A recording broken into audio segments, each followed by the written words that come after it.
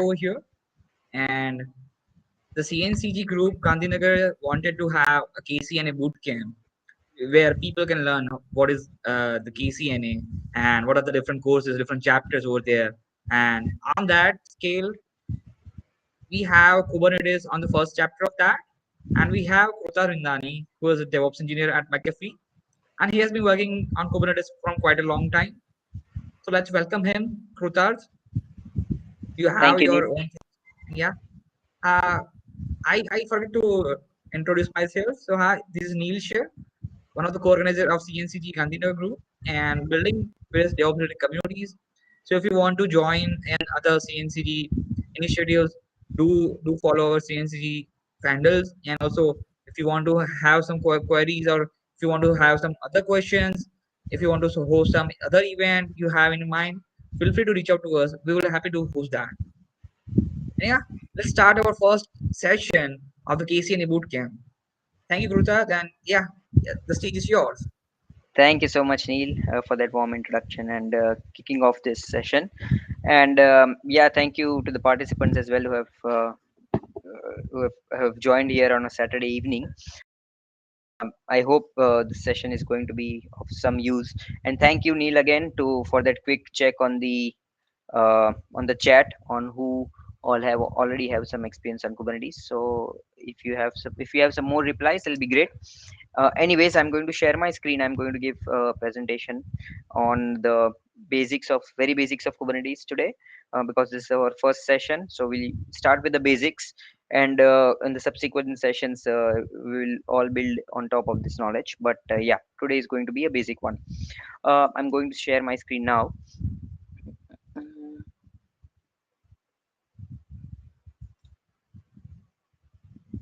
Window.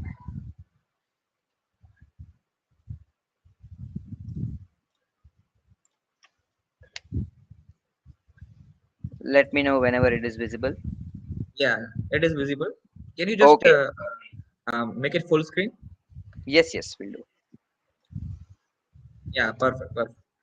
Okay, great. So let's start with my introduction a little bit more than what Neil had already said. I'm Krutarth and working as a DevOps engineer at McAfee, and I'm 5X certified. So I have with relevance to this session, I'm a certified Kubernetes administrator, and I also have a couple of AWS certificate and Terraform and Azure certification as well. And I've recently been recognized as a AWS community builder.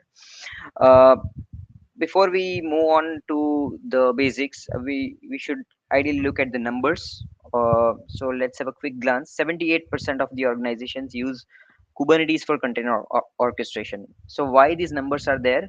It's because we need to understand why this session is important before we move on, right? Because 69% of the teams have reported that their productivity increased after using Kubernetes, and 50% of the total workloads are running in containers. So these are some of the key reasons. If you see, all three numbers are above 50%, which means the usage is heavy across the industry. So if you want to work uh, on the deployment of your workloads in industry, then understanding Kubernetes is going to be a key.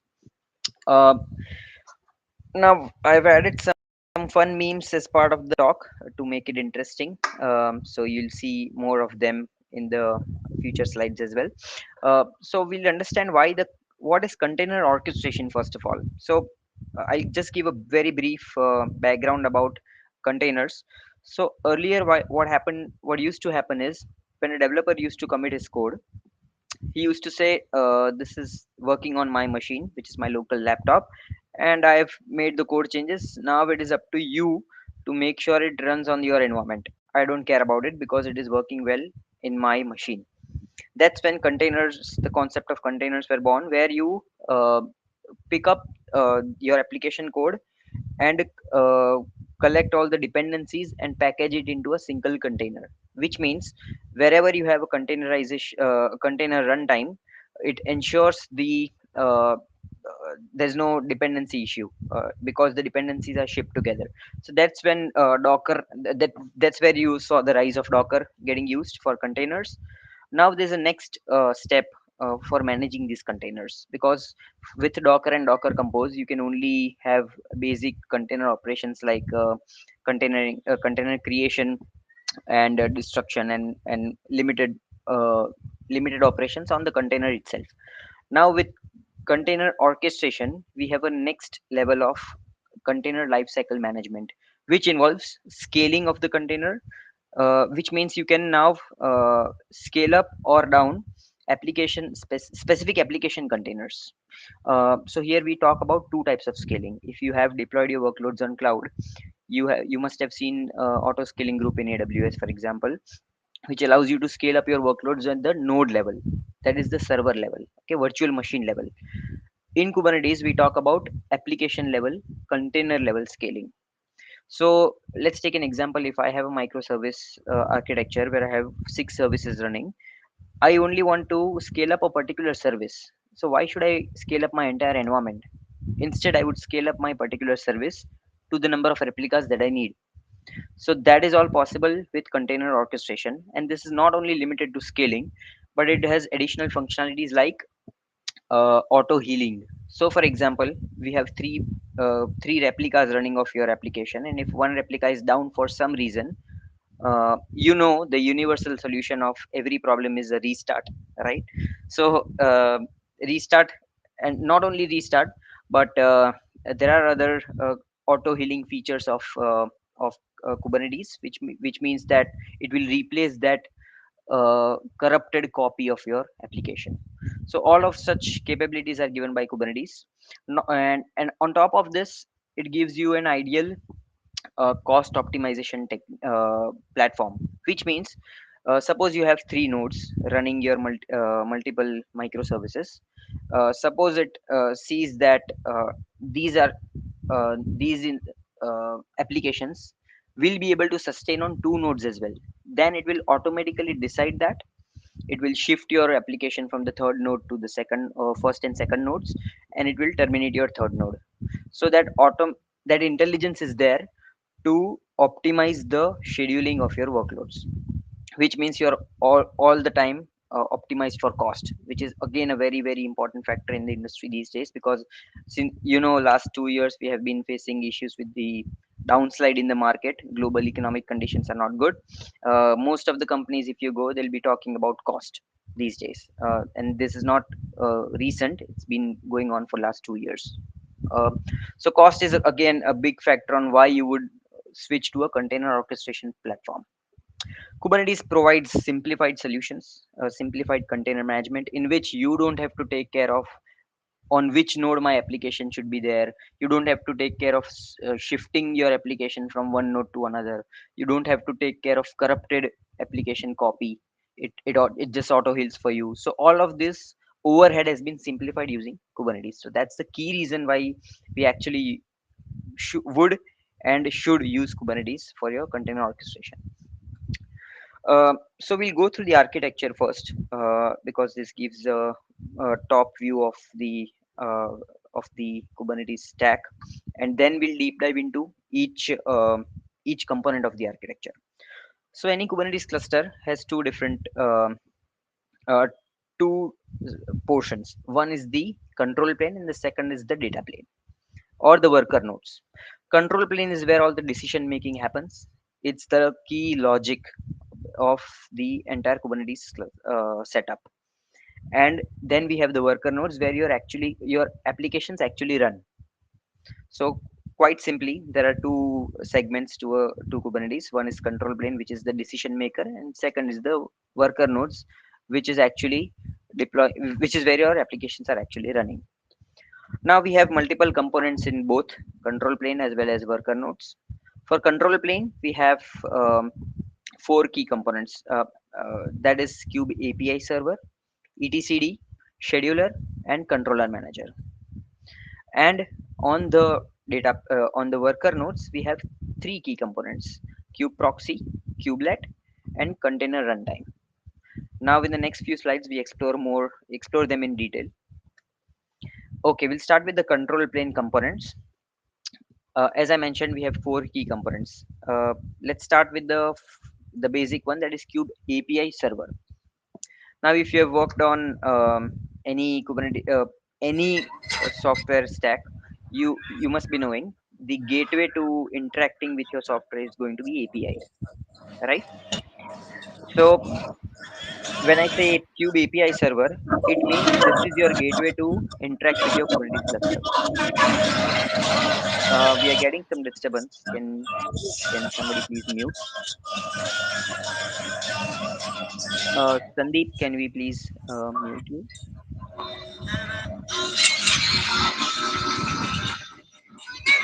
Hey, Sandeep. Okay, thanks. Anyways, we'll Now, continue. Yeah, that's fine. Okay, thank you. Um, so wait just a minute. Yeah. So Kube API server is your gateway to communicating with the cluster. Now it provides you a proper API for developers to integrate with their code, or there is a kubectl CLI which we are going to use, and we as a Kubernetes operators are mostly interested in using kubectl CLI command line. Okay, I'm going to show you a few sample commands as well later in the session, but this is your way to interact with the Kubernetes clusters. So the key purpose of this API server is to interact with the end user and also interact with the second component, which is called the etcd. Now, etcd is the highly available key value store database, which is having all the Kubernetes configuration. Basically, it contains the information of the entire cluster. It is a database where all your cluster information is stored, and it is a highly available key value store. Okay. Next, we have is Kube Scheduler. Now, remember in the previous slide, I was talking about a use case where um, if there are three nodes, and if your cluster thinks that two nodes are good enough, then it will reschedule your application from the third node, which means it will delete your application from the third node and place it to the second node and terminate the third node. So that intelligence is part of Kube Scheduler. Kube Scheduler is the one which decides where your application should be placed in the cluster, which is the most optimum node to be placed. For example, your application requires 1 GB RAM. It's a high-end memory consuming application. It and your cluster has three nodes. So Kube Scheduler is going to check which node has the maximum available memory, or uh, close close enough memory so that there is no resource wastage, and your application will be placed on that particular node, and it will intelligently keep checking. If the memory consumption increase on that node, it will shift it to a new node, if to another node, or if required, it will scale up and shift it to a new node. So that scheduling capability and intelligence is part of the Kube Scheduler component. And lastly, we have Kube Controller Manager. Now, this is the component responsible for maintaining your applications, which means it ensures that your application keeps running. This use case I mentioned in the previous slide, where, for example, if your pod gets corrupted, your application gets corrupted, it will automatically heal it, or it will destroy that particular copy of the application and create a new one. That logic is part of the Kube Controller Manager. We have multiple controllers. We have replication controller, deployment controller, etc., but we'll not go too much into detail about that. So this is all about the control plane components. Now we move to the worker nodes, where your applications are actually running.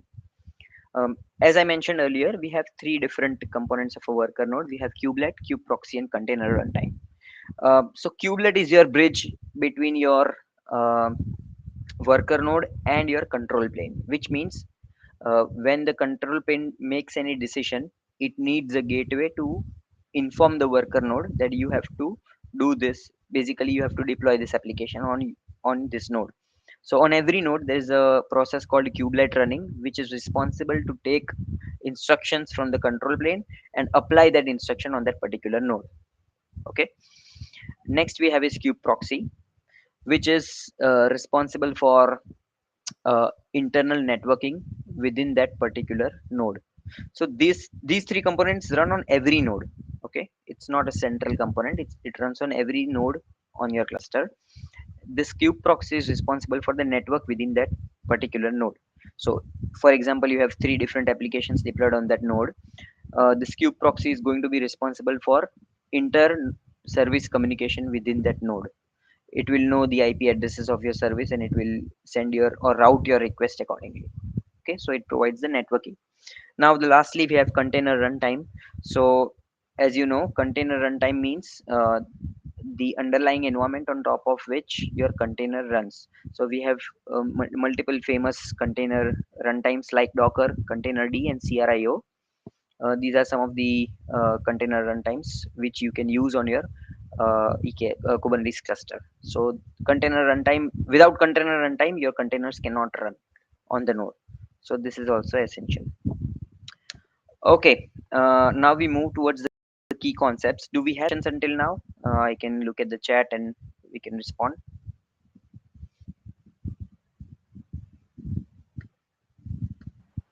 Or Neil, if you like, I would request the audience to continue posting questions as we go on. Yeah, And Neil, you can take. Let me know if you have a couple of questions. yeah. Then I'll pause So and if move to chat. people can ask questions,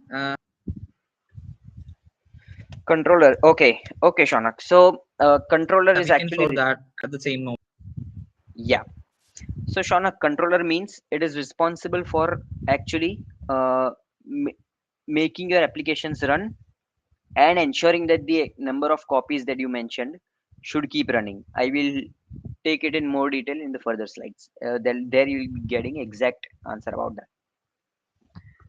Okay, Dhruv, do we want to shift to Hindi? Neil, what do you say? Hindi or English? Yeah, like Hindi won't because mostly different places, so we can mix it out if it's Okay, feasible. Okay okay Dhruv भाई done thank you चलेगा चलो हिंदी में भी बात करते हैं English में भी तो मैं टर्म्स को हिंदी में नहीं बोल पाऊंगा but I try my best okay तो चलो Yeah. हाँ So yeah, the definition will be there in English, but yeah, we can relate some example in Hindi. We can write out something. या correct ठीक है चलो कोई नहीं चलो तो अब now will start about talking about the pods ठीक है तो pods is the basic unit के जहाँ पे हम अपना कंटेनर रन करेंगे ठीक है तो जैसे हम डॉकर में फॉर एग्जांपल डॉकर या सी आई आर कंटेनर डी कुछ भी यूज करें अगर तो कंटेनर ऐसे कंटेनर रन होता है जिसके अंदर एप्लीकेशन होती है उसकी डिपेंडेंसी होती है अब इस कंटेनर को उठा के हमने एक और नाम दे दिया जिसका बोलते हैं हम pod so Kubernetes does not work at container level it works at pod level so Kubernetes सब कुछ अपना मैनेजमेंट पॉड पे करेगा उसको कंटेनर से डायरेक्ट लेना देना नहीं है ठीक है तो जितने भी पॉड है हमारे वो हम कंटेनर सॉरी जितने भी कंटेनर है हमारे वो एक पॉड में डाल देंगे हम but the standard practice is एक कंटेनर को एक पॉड में ही डालना है ऐसा नहीं है कि 3-4 कंटेनर को एक पॉड में डाल दिया for this is the general practice but अगर ऐसा है कि आपका जो कंटेनर है उसको किसी और साइड कार कंटेनर की जरूरत है अगर किसी हेल्पर कंटेनर की जरूरत है फॉर एग्जांपल कि किसी कंटेनर को एक दूसरी सर्विस से बात करनी हो साइड जो सपोर्टिंग सर्विस हो तो उन दोनों कंटेनर को एक पॉड में डाल सकते हैं अदरवाइज एक कंटेनर एक पॉड में ही होगा ठीक है 1-to-1 मैपिंग होता है जनरली नाउ जो मैं स्केलिंग की बात कर रहा था कि आपको एप्लीकेशन स्केल करनी है अगर आपकी सिर्फ 6 माइक्रो सर्विस है सिर्फ आपको एक ही सर्विस स्केल करनी है तो वो स्केलिंग पॉड लेवल पे होगी मतलब कि आपको 3 कॉपी चलानी है तो 3 पॉड क्रिएट होंगे 3 कंटेनर क्रिएट तो होंगे ही बट आपको पॉड लेवल पे खेलना है अब कुबरनेटिस में आपको सिर्फ पॉड लेवल पे ही खेलना है तो आपको अगर आपकी एप्लीकेशन स्केल करनी है तो आपको एक पॉड की जगह 3 पॉड रन करने हैं ठीक है जिस पॉड के अंदर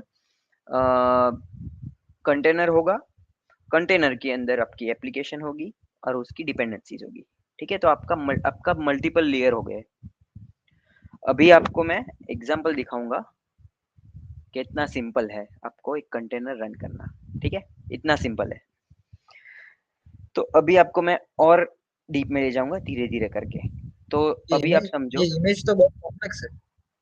सॉरी इमेज इमेज तो बहुत करेक्ट कॉम्प्लेक्स है। तो बस उतना ही कॉम्प्लेक्स है समझ लो आप बट हम उसको सिंपल करते जाएंगे और धीरे धीरे कॉम्प्लेक्सिटी बढ़ाते जाएंगे अभी तक आपकी एप्लीकेशन थी और उसकी डिपेंडेंसी थी जो कंटेनर में रन कर रही थी बिफोर दिस सेशन अब इस सेशन में मैं पॉड लेके आया कि कंटेनर को पॉड में डालो, ठीक है। अब पॉड को मैं कंट्रोल करूंगा और चीजों से, जिसका नाम है डिप्लॉयमेंट, ठीक है। तो अब हम खेलेंगे डिप्लॉयमेंट पे।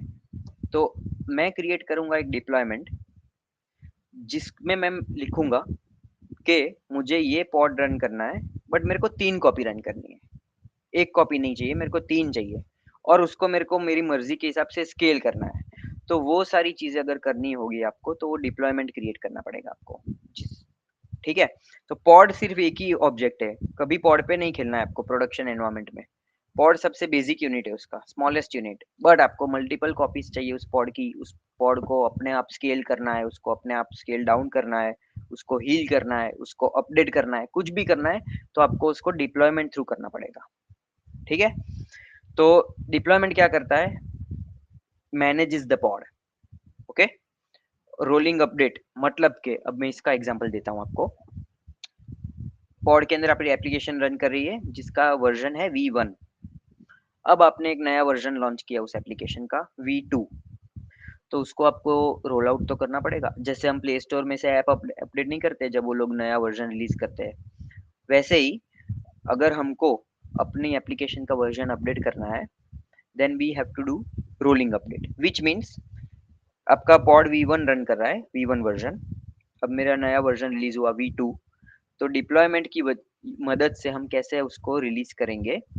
एक नया पॉड क्रिएट होगा V2 से, उसके बाद जब वो हेल्दी हो जाएगा, उसके बाद हम V1 को टर्मिनेट कर देंगे, ठीक है। बट ये सब हमको मैन्युअली नहीं करना है, हमको डिप्लॉयमेंट क्रिएट करना है, वो डिप्लॉयमेंट खुद देख लेगा। डिप्लॉयमेंट में सिर्फ हमको डिप्लॉयमेंट को बताना है कि नया वर्जन रिलीज हुआ है V2, बस उससे आगे हमको कुछ नहीं करना है। वो अपने आप एक एक करके, अगर आपके 3 पॉड रन कर रहे हैं V1 वाले, तो एक एक करके वो रिप्लेस करता जाएगा V2 के साथ, ठीक है। तो ये सब कैपेबिलिटीज अगर आपको चाहिए जिसमें आपको स्केलिंग करना हो या अपडेट करना हो, तो आपको डिप्लॉयमेंट क्रिएट करना पड़ेगा, ठीक है। अब ये पॉड और डिप्लॉयमेंट जो मैंने बात करी, उसको बोलते हैं हम कुबरनेटिस के ऑब्जेक्ट्स। मैं सिर्फ आपको इसलिए बता रहा हूँ क्योंकि आपको पता रहे कि कोई अगर कुबरनेटिस ऑब्जेक्ट्स के पूछेगा आपको कि what is Kubernetes objects, then you should know कि पॉड को एक ऑब्जेक्ट बोलते हैं, deployment means another object. So these are all Kubernetes object in the Kubernetes lingo, ठीक है। तो फाइनली ये अपना बना, जिसमें अभी रेप्लिका सेट तो मैंने आपको दिखाया ही नहीं है, ठीक है। सबसे ऊपर आएगा डिप्लॉयमेंट, उसके अंदर बनेगा रेप्लिका सेट, उसके अंदर होगा पॉड, उसके अंदर होगा कंटेनर, और कंटेनर के अंदर होगी आपकी एप्लीकेशन, ठीक है। ऐसे रन करेगा आपका एक्चुअल एप्लीकेशन जब आप कुबरनेटिस यूज करते हो।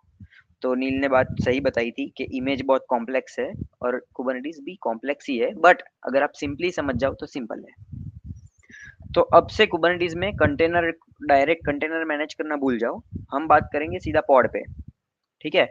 और पॉड के वो कंट्रोल करेगा डिप्लॉयमेंट। रेप्लिका सेट में आपको बाद में दिखाऊंगा, ठीक है। अभी ये इमेज में आपको शौनक का आंसर मिलेगा, ठीक है। तो आपका नाम तो सही प्रोनाउंस किया ना मैंने, सॉरी, शौनक भाई। हाँ, तो आपने पूछा था कि ये कंट्रोलर क्या है एक्चुअली। तो अभी मैंने आपको सिखाया कि डिप्लॉयमेंट में आप लिखोगे, या मीन डिप्लॉयमेंट को आप बताओगे कि मेरे को 3 पॉड चाहिए इस एप्लीकेशन के, ठीक है, मतलब कि 3 कॉपी चाहिए इस एप्लीकेशन की। इस एग्जांपल में आप देख सकते हो, मैंने बोला है 12 कॉपी चाहिए मेरे को मेरी एप्लीकेशन की, विच मीन्स वो 12 पॉड रन करेगा, सेम पॉड, सब कुछ सेम होगा, 12 कॉपी बना देगा बस, और कुछ नहीं। वो काम है डिप्लॉयमेंट का। अब अगर आप एक पॉड को डिलीट करने का ट्राई करोगे अपने आप, ठीक है, ये मैं आपको प्रैक्टिकली दिखाऊंगा एंड ऑफ द सेशन। अगर मैंने एक पॉड डिलीट करने का ट्राई किया, तो अगर आप देखोगे तो अपने आप एक नया पॉड क्रिएट हो जाएगा। तो मैं अगर जितनी भी बार पॉड डिलीट करूंगा मैन्युअली, उतनी बार वो एक नया पॉड क्रिएट करेगा। क्यों? क्योंकि हमने डिप्लॉयमेंट को बोला है कि मेरे को 12 कॉपी चाहिए। अब कोई भी पॉड डिलीट करे या ना करे, मेरे को 12 चाहिए, मतलब कि अगर मैंने डिलीट कर दिया एक पॉड तो 11 हो गई कॉपी। तो अब ये रेप्लिक जो कंट्रोलर है, कंट्रोलर जो आपका क्वेश्चन था शौनक, कंट्रोलर देखेगा कि मेरे को बोला गया था 12 कॉपी चाहिए, किसी ने पॉड डिलीट कर दिया तो 11 कॉपी रह गई, तो मेरे को एक और पॉड बनाना पड़ेगा 12 कॉपी मेंटेन करने के लिए। तो जो कंट्रोलर है उसका ये काम है कि वो देखता रहेगा कॉन्स्टेंटली क्लस्टर में कि मेरे को 12 बोला है तो 12 पॉड रन कर रहे हैं कि नहीं। अगर कोई पॉड में इश्यू है तो वो डिसाइड करेगा कि ये पॉड को रिप्लेस कर देना है मेरे को। कुछ भी करके 12 पॉड हेल्दी होने चाहिए। ये काम हो गया कंट्रोलर का। ठीक है Shaunak, I hope clears your question. Okay, great, thanks. So next we move on is to the service section of Kubernetes. Service एक और ऑब्जेक्ट है। तो अभी हमने ऑलरेडी 2 ऑब्जेक्ट सीख लिए, पॉड, डिप्लॉयमेंट, तीसरा ऑब्जेक्ट आया सर्विसेज, और एक चौथा ऑब्जेक्ट सिखाऊंगा नेक्स्ट में। बस उससे ज्यादा आज नहीं सीखेंगे, ज्यादा हम कॉम्प्लेक्सिटी क्रिएट नहीं करेंगे। ठीक है, सर्विस क्या है? तो अब आपके पॉड तो रन हो गए जिसमें आपकी एप्लीकेशन चल रही है। मैंने बोल दिया 12 कॉपी चाहिए मेरे को, तो एक एप्लीकेशन की 12 कॉपी चल गई। ठीक है, फॉर एक हम एनजीनेक्स की बात करते हैं। ठीक है, एनजीनेक्स पॉड की 12 कॉपी चल गई। अब वो उसको मैं एक्सेस कैसे करूं? तो एक्सेस करने के लिए सर्विसेज बनानी पड़ती है कुबरनेटिस में। ठीक है, तो first on the left side you can see expose applications. So जो भी एप्लीकेशन आपकी पॉड में रन कर रही है उसको आपको एक्सपोज करना है यूज के लिए, तो सर्विस क्रिएट करनी पड़ती है। तो एक्सपोज तो आप करोगे ही, क्योंकि उसके अलावा काम क्या है रन करने का, यूज तो करनी है उसको। तो ऑलवेज कुबरनेटिस में आपको सर्विस क्रिएट करनी ही पड़ेगी। तो ये 3 चीजें जो मैंने अभी तक सिखाई आपको, पॉड, डिप्लॉयमेंट और सर्विस, ये 3 एकदम एक्सट्रीमली इंपॉर्टेंट सर्विस चीजें हैं जो बेसिकली सारे क्लस्टर में होगी ही होगी। तो ये फंडामेंटल चीजें है, ये तो आपको आनी ही चाहिए। ठीक है, अभी सर्विस में 3 टाइप होती है, वो मैं आपको दिखाऊंगा next. That is cluster IP, node port और लोड बैलेंसर। 3 टाइप की है। फोर्थ अभी देखेंगे नहीं हम। ठीक है, आराम से लिमिटेड चीजें देखेंगे। क्लस्टर आईपी, नोड पोर्ट और लोड बैलेंसर। अब इसको भी मैं इतना कॉम्प्लेक्स नहीं बनाऊंगा। क्लस्टर आईपी मतलब अगर इस टाइप की सर्विस क्रिएट की आपने, क्लस्टर आईपी टाइप की, क्लस्टर उसके नाम में ही उसका मीनिंग है। क्लस्टर आईपी मतलब के क्लस्टर के अंदर अंदर ही आप एक्सपोज कर रहे हो उस एप्लीकेशन को। ठीक है, मतलब कि अगर आप एनजीनेक्स चला रहे हो, एनजीनेक्स पॉड, तो एनजीनेक्स क्लस्टर के अंदर जो एप्लीकेशन है वही लोग उनसे बात कर पाएंगे, वही एप्लीकेशन। क्लस्टर के बाहर वाला कोई भी उसको एक्सेस नहीं कर पाएगा, हम भी नहीं कर पाएंगे, भले हमने क्लस्टर क्रिएट किया हो, हम भी उसको एक्सेस नहीं कर पाएंगे। जो इंटरनली जो क्लस्टर में दूसरी एप्लीकेशन चल रही है वो उसको यूज कर पाएगा। ठीक है, second is node port type of service. Now if you want your application to be exposed on a to the outside user, outside of the cluster, तो आप नोड पोर्ट सर्विस क्रिएट करोगे जिसमें जो virtual machine है या तो AWS का EC2 instance है, जिसी भी नोड पे आपने वो एप्लीकेशन डिप्लॉय किया है, वो सारे नोड, वो नोड्स का जो आईपी एड्रेस होगा, पब्लिक आईपी एड्रेस या तो प्राइवेट आईपी एड्रेस, उस पे वो सर्विस एक्सपोज हो जाएगी उस पोर्ट के साथ। तो सर्विस कॉन्फ़िगरेशन में पोर्ट होता है, हमको स्पेसिफाई करना होता है कौन से पोर्ट पे हमको इसको एक्सपोज करना है। ठीक है, तो अब उस नोड का आईपी एड्रेस कोलन वो पोर्ट डालोगे आप, तो आपको एनजीनेक्स ओपन हो जाएगा, एनजीनेक्स की यूआई। ठीक है, तो ऐसे अगर आपको आउटसाइड द क्लस्टर एक्सपोज करना है, then you will create node port service. The third one is load balancer service. So this is used when you are using a cloud provider, which is, I'm giving you an example, AWS, Google Cloud, Azure, IBM, Oracle, whatever cloud you use, Alibaba. ठीक है, ऐसा कोई अगर cloud provider use कर रहे हो जिसमें आपने आपका कुबरनेटिस क्लस्टर क्रिएट किया है, तो अगर ये टाइप की सर्विस बनाओगे लोड बैलेंसर सर्विस, तो वो एक अपने आप एक लोड बैलेंसर क्रिएट करेगा जिसका काम है कि वो ट्रैफिक राउंड रॉबिन फैशन में डिस्ट्रीब्यूट करेगा। उसका मीनिंग समझाता हूँ। हमने 12 कॉपी रन करी है, ठीक है, एनजीनेक्स कंटेनर की, तो जो ट्रैफिक आएगा एंड क्लाइंट का, तो वो 12 के 12 पॉड में एक एक करके डिस्ट्रीब्यूट होगा। फर्स्ट रिक्वेस्ट फर्स्ट में जाएगी, सेकंड में, ऐसे करके 12 को एक एक रिक्वेस्ट जाएगी, फिर वापस फर्स्ट पॉड से स्टार्ट होगा। तो वो काम होता है लोड बैलेंसर का, जो लोड डिस्ट्रीब्यूट करता है, जिसमें नाम उसका नाम में ही है लोड बैलेंसर। ठीक है, तो ये सर्विस हम आप तभी बनाओगे जब आप किसी क्लाउड पे डिप्लॉय कर रहे हो। लोकल पे डिप्लॉय कर रहे हो तो इस सर्विस की जरूरत नहीं है। ठीक है, 3 टाइप की सर्विस सीखी, cluster IP, node port, load balancer. Cluster IP मतलब उस सर्विस को आपको सिर्फ क्लस्टर में ही एक्सपोज करना हो तो नोड पोड मींस एक्सटर्नल यूजर्स को एक्सपोज करना हो, जिसमें क्लस्टर का जो नोड का आईपी एड्रेस है उस पे आपकी एक सर्विस एक्सपोज होगी। और थर्ड टाइप की सर्विस है लोड बैलेंसर सर्विस, जिसमें अगर आप क्लाउड यूज कर रहे हो तो लोड बैलेंसर क्रिएट करेगा और राउंड रॉबिन फैशन में आपकी रिक्वेस्ट डिस्ट्रीब्यूट होगी। ठीक है। लास्ट ऑब्जेक्ट जिसका नाम है नेम स्पेसेस। ठीक है। सो अभी तक हमने जो भी क्रिएट किया पॉड डिप्लॉयमेंट या सर्विस, वो सब जाएगा डिफॉल्ट नेम स्पेस में। अब नेम स्पेस का क्या है, तो एक लॉजिकल आइसोलेशन है क्लस्टर के अंदर। ठीक है, क्लस्टर के अंदर ही एक लॉजिकल आइसोलेशन क्रिएट किया हमने यूजिंग नेम स्पेसेस, जिससे आप क्या कर सकते हो, आप बाइफरगेट कर सकते हो अलग अलग चीजों को। फॉर एग्जाम्पल आपके पास मल्टीपल एनवायरमेंट्स है, जैसे कि डेवलपर एनवायरमेंट हो गया, एक क्यूए के लिए अलग एनवायरमेंट हो गया, प्रोडक्शन एनवायरमेंट अलग हो गया। ठीक है, तो आप अलग अलग नेम स्पेस क्रिएट कर सकते हो, dev name space, QA name space, prod name space. तो जो डेव में जितनी चीजें आप बनाओगे, कोई भी पॉड बनाओगे, डिप्लॉयमेंट बनाओगे, सर्विस बनाओगे, वो डेव डेव के लिए आइसोलेटेड रहेगी। तो एक लॉजिकल सेपरेशन हो गया। आपको पता है कि भाई जो डेव नेम स्पेस में है वो डेवलप मतलब के डेवलपर एनवायरमेंट का है सेटअप। प्रोडक्शन नेम स्पेस को टच नहीं करना है क्योंकि वो प्रोडक्शन सेटअप है। तो ऐसे करके आप आइसोलेट कर सकते हो, जिसमें आपके पास कैपेबिलिटी है कुबरनेटिस में कि अगर आपको ऐसा करना हो कि डेव में जो भी चीज़ है वो प्रोड के साथ कम्युनिकेट नहीं कर पानी चाहिए, then that option is there in Kubernetes. You can create those rules कि मुझे डेव से कहीं पे भी, मतलब प्रॉड के अलावा कोई और एक्सेस ना कर पाए उसको। प्रॉड के अंदर जो पॉड्स रन हो रहे हैं उसके अलावा कोई और ट्रैफिक प्रॉड नेम स्पेस में नहीं आना चाहिए। ये सारी कैपेबिलिटीज कुबरनेटिस में है, but that is advance topic. It is using, so उसमें उसका एक अलग ऑब्जेक्ट बनता है, तो वो सब में हम नहीं जाएंगे। बट अगर आपको आइसोलेशन करना है तो कर सकते हो आप। ठीक है, नेटवर्क पॉलिसी क्रिएट करनी पड़ती है उसके लिए। और लास्टली उसमें एक रिसोर्स कोटा करके भी ऑप्शन है, जिसमें आप एलोकेट कर सकते हो कि डेव एनवायरमेंट तो क्रिटिकल नहीं है, तो क्लस्टर में से खाली इतनी ही मेमोरी या सीपीयू उसको एलोकेट होनी चाहिए, उससे ज्यादा उसको यूज करने का की परमिशन नहीं है। फॉर एग्जाम्पल कोई डेवलपर ने ऐसे ही कोई भी रैंडमली सर्विस ऐड करता गया डिप्लॉय करता गया, 12 की जगह 25 रेप्लिका चला दिए, बट डेव एनवायरमेंट में 25 का काम ही नहीं है, वो तो सिर्फ टेस्टिंग के लिए होता है। तो वो सब आप रिसोर्स कोटा एलोकेशन भी कर सकते हो ऑन नेम स्पेसेस। ठीक है, any questions until now? Okay, we have some multiple questions, great. Is there any limit of replica sets for managing number of pods? नहीं, we don't have a limit, but the limit is the underlying cluster. Okay, Ardeshna, so if we have 3 nodes running in the cluster, we can only scale up until the memory and CPU availability of 3 nodes is exhausted. ठीक है, अगर उससे ज्यादा scale करना है तो आपको nodes भी स्केल करने पड़ेंगे। तो जनरली मैंने स्टार्टिंग में भी बोला था, टू टाइप का स्केलिंग होता है, नोड ऑटो स्केलिंग या पॉड ऑटो स्केलिंग।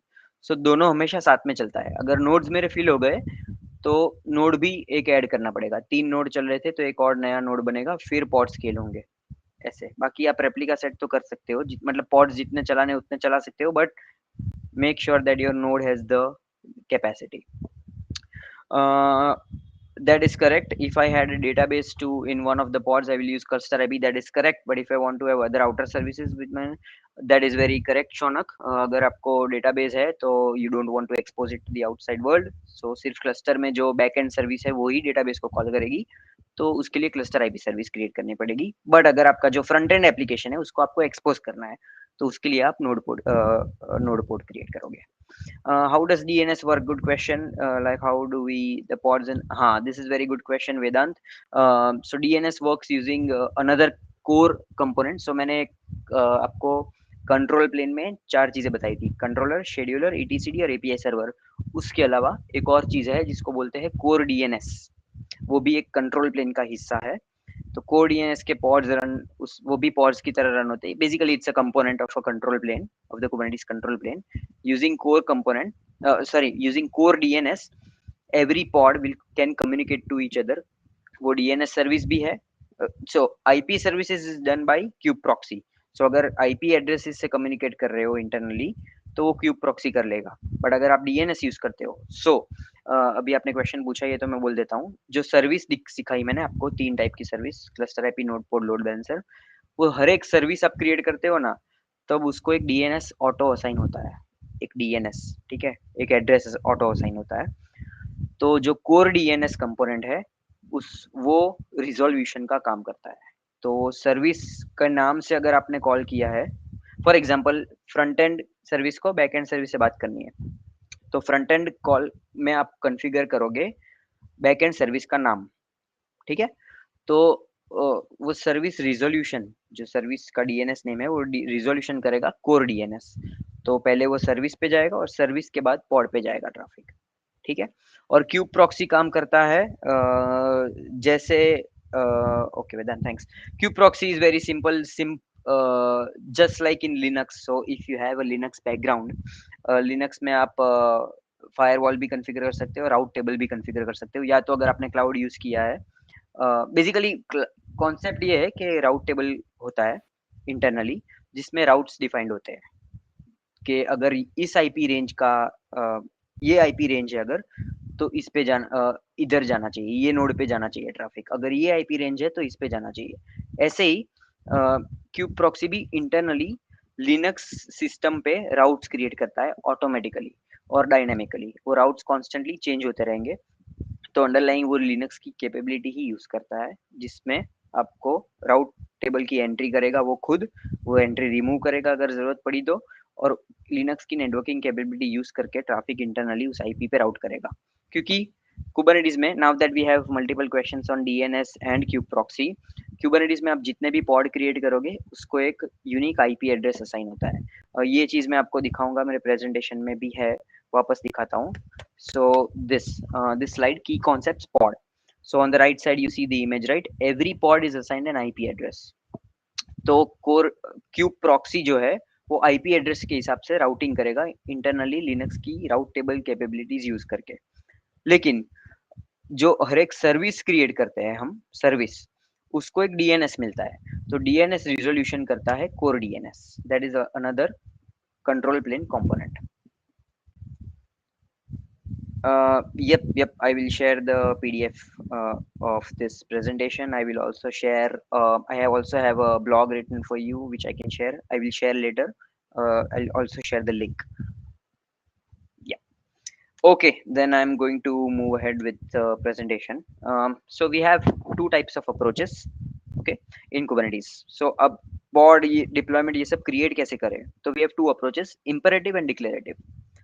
इंपरेटिव मतलब कि आप स्टेप बाय स्टेप उसको इंस्ट्रक्शन दोगे कि अब एक पॉड क्रिएट कर, अब एक डिप्लॉयमेंट क्रिएट कर, ठीक है। और declarative approach means, in simple terms, आप गूगल मैप्स पे एंड लोकेशन डालते हो और गूगल मैप नेविगेशन ऑन करते हो तो गूगल मैप्स बेस्ट वे दिखा देता है आपको कि कौन से रास्ते से हम जा सकते हैं यहाँ पे, ठीक है। तो that is a declarative approach in which आप कुबरनेटिस क्लस्टर को बोलोगे कि मेरे को 12 रेप्लिका चाहिए, अब आपको जो करना है करो, मेरे को 12 चाहिए, बस मेरा काम खत्म। So that is called declarative approach. Whereas in imperative approach, you create a pod, you write another command for scaling it. Like मेरे को अभी 3 थे, उसको मेरे को 12 करने हैं, तो मैं अब स्केल करके उसको बोलूंगा कि अब स्केल कर, अब स्केल डाउन कर, ये सब मैं उसको खुद बोलूंगा। But if I'm using declarative approach, Kubernetes will manage it by itself. So always the recommended approach is the right one, the one on the right side, which is declarative approach, जिसको हम करेंगे YAML file से। तो वो आपको मैं next दिखाऊंगा कि whenever you create a Kubernetes object, be it pod, deployment or service or anything, you generally have to write a YAML file for it. And the YAML file defines, as you see, Kubernetes objects. It has a specific structure. It includes 4 key components called API version, kind, metadata और spec. ये 4 चीजें होनी ही चाहिए आपके YAML file में, otherwise YAML आपकी apply नहीं होगी। और उसके अंदर आप कॉन्फ़िगरेशन डालोगे, जैसे कि मेरे को nginx रन करना है तो मैं nginx इमेज पास करूंगा, मैं उसको बोलूंगा कि मेरे को 3 डिप्लॉयमेंट चाहिए, मैं nginx का वर्जन बोलूंगा, मेरे को ये वर्जन चाहिए। अब नेक्स्ट टाइम मैं वर्जन अपग्रेड करना है तो मैं वर्जन वहाँ पे YAML फाइल में ही सीधा चेंज करूंगा, ठीक है। तो वो सारी चीजें कि मेरे को कौन सा, उसका नाम क्या होना चाहिए पॉड का, वो कौन सी नेम स्पेस में होना चाहिए, डेव में चाहिए, प्रोड में चाहिए, ठीक है, कितने रेप्लिका रन होने चाहिए, सब कुछ मैं YAML में लिखूंगा, ठीक है। So this on the right side is how a YAML file looks like. As you see, API version, kind, metadata and spec. These are the four components which is a must have component. Under spec you see replica 3, मेरे को 3 pod run चाहिए तो मैं 3 pod लिखूंगा इधर. मेरे को 12 चाहिए तो मैं उसको सीधा 12 करके अप्लाई कर दूंगा, खत्म. फिर कुबरनेटिस देख लेगा क्या करना है उसको. अभी 3 है तो 12 करने हैं, 15 है तो 12 करने हैं, जो उसको करना है वो कर लेगा. ठीक है. फिर उस मैंने नीचे स्पेक में जाओ तो कंटेनर्स के सेक्शन में आपको दिखेगा, नाम भी दिया है मैंने. तो ये कंटेनर का नाम है nginx और उसकी इमेज दी है मैंने nginx:114.2 which means nginx image docker image और उसका वर्जन 1.14.2 और उसका पोर्ट दिया हुआ है 80. तो ये पोर्ट इस पोर्ट पे रन कर रहा है पॉड के अंदर nginx. बट अगर आपको इसको एक्सपोज करना है तो आप सर्विस क्रिएट करोगे जिसमें आप पोर्ट स्पेसिफाई करोगे पोर्ट 80, तो वो पोर्ट 80 पे एक्सपोज होगा. ठीक है. Now if you make any mistake in YAML, ठीक है, deployment.yaml आप जो बनाई है उसमें, तो मल्टीपल टाइप्स ऑफ एरर आ सकती है. क्रैश लूप बैक ऑफ, ये वो इमेज, अगर इमेज गलत डाल दी तो इमेज पुल बैक ऑफ आ गया, सीपीयू लिमिट रीच कर गई, आपके क्लस्टर में जगह नहीं है, ये वो मल्टीपल टाइप्स ऑफ इश्यूज आ सकते हैं. तो YAML always you have to take proper reference from the documentation, उसको ठीक से लिखो तो आपका ठीक से ही चलेगा. ठीक है. अब आपको थोड़े basic commands. So the kubectl get command से आप सब कुछ रीड कर सकते हो, क्या क्या है अपने पास अभी क्लस्टर में, ये सब मैं प्रैक्टिकली भी दिखा दूंगा. देन वी हैव क्रिएट, तो ये अपने इंपेरेटिव अप्रोच, मेरे को ये बना के दो, that is an imperative approach. But kubectl apply which means it applies the changes and that is the recommended declarative approach, जिसमें हम YAML फाइल का फाइल नेम पास करेंगे तो वो YAML फाइल के हिसाब से सब कुछ कर देगा. ठीक है. And kubectl delete is for removing the resource after you are done with your work. Now common use cases we have obviously web applications which you want to expose to the outside world. Microservice architecture तो होता ही है. Mostly आपको benefit Kubernetes का तभी मिलेगा जब आप micro services use कर रहे हो. अदरवाइज मोनोलिथ को उठा के आपने कंटेनर क्रिएट करके कुबरनेटिस में डाल दिया तो उसका कोई मतलब नहीं है. So basically if you have a micro service architecture then Kubernetes is recommended. And automation में भी आप यूज कर सकते हो उसको. So multiple use cases but mostly deploying micro services with web applications. ठीक है.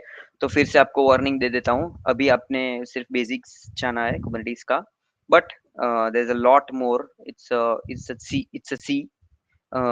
So we have istio, service mesh, ये वो, हेल्म, आर्गो सीडी, बहुत चीजें है आगे, telemetry. So next steps for you before we move on. So we'll move on to demo now. Just 5-10 minutes. I'll show you hands on, and the next steps for you is to refer to the official documents. kubernetes.io वो link है, वो भी share कर देंगे. उसमें सब कुछ है, गेटिंग स्टार्टेड, इंस्टॉलेशन, कैसे YAML फाइल्स क्रिएट करते हैं, कोर्सेज है, ऑनलाइन कोर्सेज है, certification. As I mention I am certified Kubernetes administrator provided by CNCF. तो आई हाईली रेकमेंड कि आप कोई भी एक बेसिक सर्टिफिकेशन उठा के ऑनलाइन कोर्स करके टारगेट करो सर्टिफिकेट का.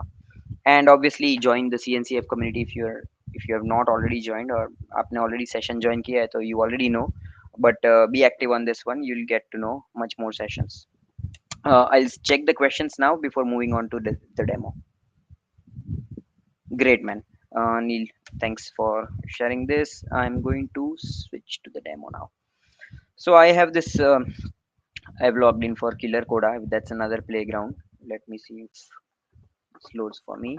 What we will do is, so I told you kubernetes.io करके उसका official website है जिसमें सारा document मिल जाएगा. इसी से मैंने यही स्क्रीनशॉट चिपकाया था, मैंने अभी जस्ट प्रेजेंटेशन बना रहा था इससे पहले तब और यही स्क्रीनशॉट, यही YAML में क्रिएट करके आपको दिखाऊंगा. ठीक है. तो ये मेरा प्लेग्राउंड हो गया. अब थोड़े कंपोनेंट्स दिखा देता हूँ आपको. हम अभी कंट्रोल प्लेन में है. On the command line you can see control plane. ठीक है. तो सबसे पहले मैं थोड़े कमांड्स चलाऊंगा. गेट कमांड मैंने बताया था आपको एग्जिस्टिंग क्लस्टर के इंफॉर्मेशन के लिए होता है. तो गेट नोड्स करेंगे. तो हमारे पास दो नोड है, एक कंट्रोल प्लेन है, एक नोड 01 है. नोड 01 जिसमें हम अपने वर्कलोड्स रन होंगे और कंट्रोल प्लेन वो है जिसमें हम हमारे इंटेलिजेंट द मेन इंटेलिजेंस है, जहाँ पे हमारे कोर कंपोनेंट्स है, API सर्वर, etcd, ये वो सब कुछ कंट्रोल प्लेन में होस्टेड है. ठीक है. अभी आपको मैं दिखाऊंगा गेट पॉड्स. अभी कोई पॉड्स नहीं है. वो क्या बोल रहा है, डिफॉल्ट नेम स्पेस में कोई पॉड नहीं है, which means everything you do goes in default name space. But अगर आपको मैं आपको नेम स्पेसेस भी दिखाऊंगा, गेट नेम स्पेसेस, ठीक है। तो अभी इतनी नेम स्पेस बनी हुई है by default in Kubernetes cluster. अगर आपको बनानी है नेम स्पेस तो बना सकते हो गेट क्रिएट नेम स्पेस, ठीक है। नेम स्पेस का शॉर्ट फॉर्म है एनएस, जिसका नाम है डेव। तो नेम एक नई नेम स्पेस क्रिएट हो गई, वेरी सिंपल, ठीक है। ये मैंने यामल वामल यूज नहीं किया है, मैं इंपरेटिव अप्रोच यूज किया है, first approach which is not recommended to create a name space. I told the cluster कि मेरे को क्रिएट करना है तो वो क्रिएट कर देगा। अगर मैं बोलूंगा kubectl डिलीट नेम स्पेस तो वो डिलीट कर देगा, ठीक है, deleted. But ideally we should use YAML for creating a name space also, ठीक है। अब ये मैंने बेसिक दिखा दिया आपको। अब हम क्या करेंगे, एक फोल्डर क्रिएट करेंगे डेमो करके, डेमो, और उसमें एक फाइल क्रिएट करेंगे deployment.yaml। सेम मैं कुछ कर नहीं रहा हूँ, कोई मेहनत अभी करूंगा नहीं, वीकेंड है, ठीक है।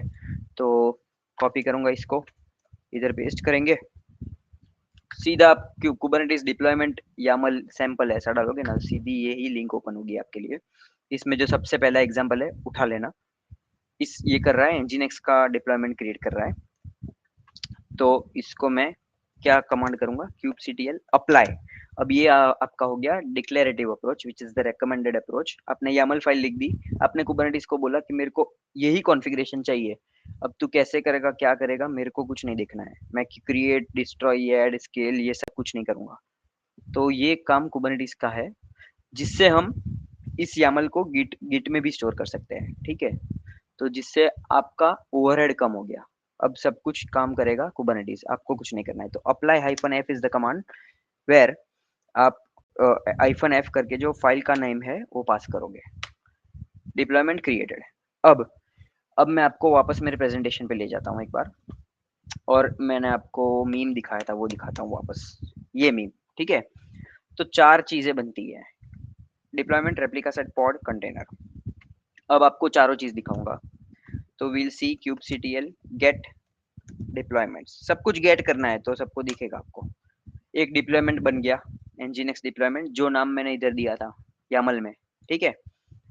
23 सेकंड अगो 3 आउट ऑफ 3 मतलब कि मैंने उसको रेप्लिका 3 बोला था, तो वो 3 बनाएगा।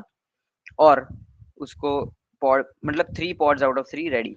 अब इसके अंदर उसने ऑटोमेटिकली रेप्लिका सेट क्रिएट किया, जो मैं आपको अभी दिखाऊंगा, रेप्लिका सेट, ठीक है। इस डिप्लॉयमेंट ने ये रेप्लिका सेट अपने आप क्रिएट किया। अब क्यों क्रिएट किया इसको, क्योंकि replica set is the responsible for maintaining 3 replicas. जो भी रेप्लिका बोला है मैंने इधर, ये रेप्लिका सेट का काम है कि 3 रेप्लिका मेंटेन करना। तो आप बोलोगे कि फिर डिप्लॉयमेंट का क्या काम है, डिप्लॉयमेंट का भी यही काम बोला था। बट डिप्लॉयमेंट का काम सिर्फ उतना नहीं है, उसको वर्जन अपग्रेड करना, उसकी परमिशंस देना, वो सब चीजें भी डिप्लॉयमेंट में आती है। रेप्लिका सेट का की कैपेबिलिटी नहीं है वो, रेप्लिका सेट की एक ही कैपेबिलिटी है, 3 कॉपी मेंटेन करना बस। बट आपको वर्जन अपग्रेड करना है, जैसे कि ये nginx 1.14.2 रन हो रहा है। अगर आपको 1.15 पे अपग्रेड करना है तो रेप्लिका सेट नहीं कर पाएगा, वो डिप्लॉयमेंट ही कर पाएगा, जिसमें आप एक एक करके वो 3 पॉड को रिप्लेस करेगा, ठीक है। So we will always play on deployment level, but this is just for information कि उसने अपने आप एक रेप्लिका सेट क्रिएट किया। Now for this upgrade, if I tell if I चलो वो भी दिखाऊंगा आपको, चलो अपग्रेड करके दिखा देंगे बाद में। अभी एक और चीज है, गेट पॉड, ठीक है। तो 3 पॉड आपको रनिंग दिख रहे हैं। So that is it, that is the basic. अब आपको मैं इसको अपग्रेड करके दिखाऊंगा। तो अगर आपको देखना हो ना ये कि कौन सी इमेज रन करिए, तो आप करोगे kubectl डिस्क्राइब पॉड और पॉड का नाम डाल दोगे, ठीक है। तो उसको सारी पॉड की इंफॉर्मेशन दिखेगी, जिसमें आपको आईपी एड्रेस भी दिखेगा उसका, ठीक है। कंटेनर दिखेगा, nginx की इमेज है 1.14.2 जो हमने YAML फाइल में डाली थी। गेट पॉड ओ वाइड करोगे अगर, तो आपको उसका आईपी एड्रेस भी दिखेगा, जो मैंने आपको स्टार्टिंग में दिखाया था कि हर एक पॉड को ऑटोमेटिकली एक आईपी एड्रेस भी असाइन होता है, ठीक है, यूनिक आईपी एड्रेस। चलो अब मैं आपको लास्ट चीज दिखाता हूँ, इसको अपग्रेड करके। तो हम इसको 14.1 करें, डाउनग्रेड करेंगे, चलो मैं क्या जाता है, डाउनग्रेड करके अप्लाई करेंगे, अप्लाई -f deployment.yaml। कॉन्फ़िगर्ड। अब चेक करेंगे इसको, गेट डिप्लॉयमेंट, तो अप टू डेट अभी 1 दिखा रहा है, देख रहे हो आप? तो वो बैकग्राउंड में अपडेट कर रहा है अभी भी, धीरे धीरे करके जाओगे अप टू डेट 2, ठीक है, अभी दिखाएगा आपको up to date 3, up to date 3 उसने कर लिया अपग्रेड, हमको कुछ नहीं करना पड़ा, राइट? हमने सिर्फ एक यामल में चेंज किया, जो गिट में अपना कमिटेड है, हमने सिर्फ यामल में एक लाइन चेंज करी उस वर्जन की, बाकी सब उसने कर लिया। तो अब मैं आपको दिखाऊंगा रेप्लिका सेट का जादू, जिसमें उसने एक नया रेप्लिका सेट क्रिएट किया होगा नए वर्जन के साथ, क्योंकि उसको अब 3 पॉड नए वर्जन के साथ अप करने हैं, ठीक है? तो गेट रेप्लिका सेट करेंगे तो आपको 2 दिखेंगे, जो 0 है वो पुराना वर्जन था, जो अभी 3 है वो नया वर्जन है। तो हर एक वर्जन अपग्रेड पे वो नया रेप्लिका सेट क्रिएट करता है, ओके? तो you see this 6 seconds old and this is 3 minutes old. तो जो पुराना था उसको 0 कर दिया उसने रेप्लिका, नया नया रेप्लिका सेट का उसने 3 कर दिया। That is how it internally does the upgrade. Now I will show you the pods, kubectl get pods। सो अब 3 पॉड्स रनिंग है अपने, जस्ट 1 मिनट पहले अप हुए, और उसकी अब आपको इमेज दिखाऊंगा डिस्क्राइब पॉड करके, तो आपकी 0.1 वाली इमेज होनी चाहिए, ठीक है? So will go up containers 14.1, ठीक है? तो उसने तीनों पॉड अपने आप अपग्रेड कर दिए इंटरनली, आपको कुछ नहीं करना पड़ा। So that is the capability of Kubernetes। And now lastly, if you want to delete, just do kubectl delete deployment, and the name of the deployment was nginx-deployment।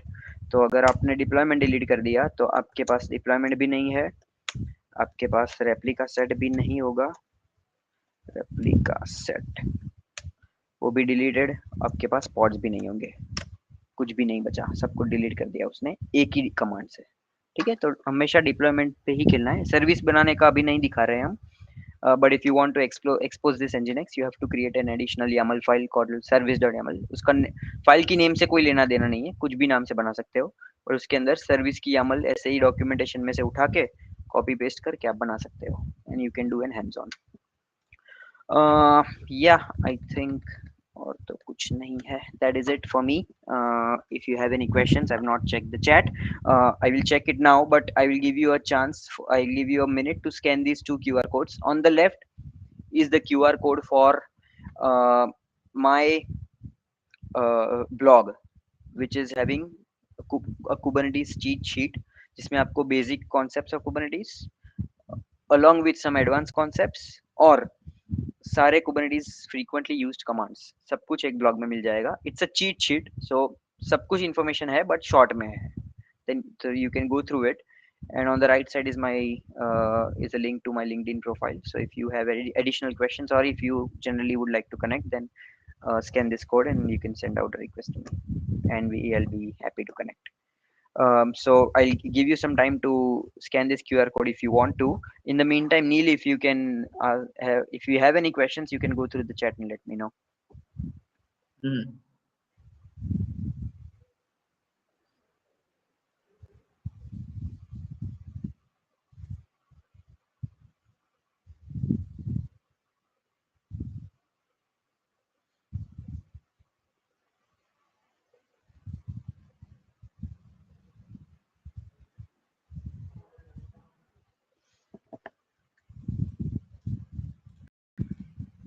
Pasted in the chat as well।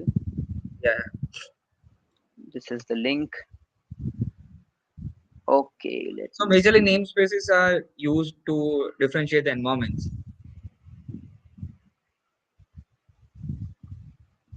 So not only environment but anything, if you want to, for example similar type of services if you want to club, for example आपको बोलना है कि front end services अलग होनी चाहिए, back and अलग होना चाहिए, बैक एंड और database, basically if you want to isolate database, ठीक है? आपको ऐसा यूज केस है कि डेटाबेस सर्विसेज को सिर्फ back and service he call कर पाए, फ्रंट एंड सर्विसेज का उससे कोई लेना देना ना हो, तो you can create a separate name space for database, database के पॉड्स वहां रन होंगे, फिर आप नेटवर्क पॉलिसी क्रिएट करोगे जिसमें आपको ऑप्शन होगा कि ऐसे रूल्स कॉन्फ़िगर करो जिससे खाली जो बैकएंड नेम स्पेस है वो लोग ही डेटाबेस नेम स्पेस के साथ कॉन्फ़िगर कर पाए, कम्युनिकेट कर पाए. वो लोग means the pods running in that backend namespace. Only those pods should be able to connect communicate with the database pods. ये सारी चीजें भी आप नेम स्पेस से कर सकते हो. ठीक है. अगर आपको कुछ ऐसा काम नहीं है कि मेरे को ऐसा कोई कॉम्प्लेक्स लॉजिक की जरूरत ही नहीं है फॉर एग्जांपल, तो कुछ मत करो, डिफॉल्ट नेम स्पेस पे रन करो, that is also fine. It is not a compulsory thing कि आप नेम स्पेस क्रिएट करो ही करो, but the best standard practice that is used across the industries, don't keep things in default, give a logical name to the namespace, give a logical bifurcation. अगर आपको for example कोई कोई feature related services है तो उसको भी group कर सकते हो. Yes yes, so a way to group items and apply different policies on it, that is correct Shaunak. Yes. Okay Aditi, some concepts were difficult for you. No worries. You can go through the blog and you can go through more documentation on Kubernetes, or you can reach out if you have more doubts. That is also fine. Yeah, even after this boot camp, we will share all the resources in the WhatsApp group. So yeah, stay active on there. And if you have queries, you can ask to us or Kuta directly. It's fine. Yes, yes, that is also fine. One last thing, if you have any feedback on the session, then also you can type it or reach out to me personally as well. If you think it was too much too much knowledge crammed into one, or if you want to simplify it more, anything, if you have any feedback or any good feedback also, that is also fine. Or if you have any questions, not now, but I would suggest you go through the documentation and try playing with the playground, like the one that I was using or the one that Neil shared. थोड़ा hands on करोगे then you will get more doubts, तो तब आप reach out करना, that is also fine.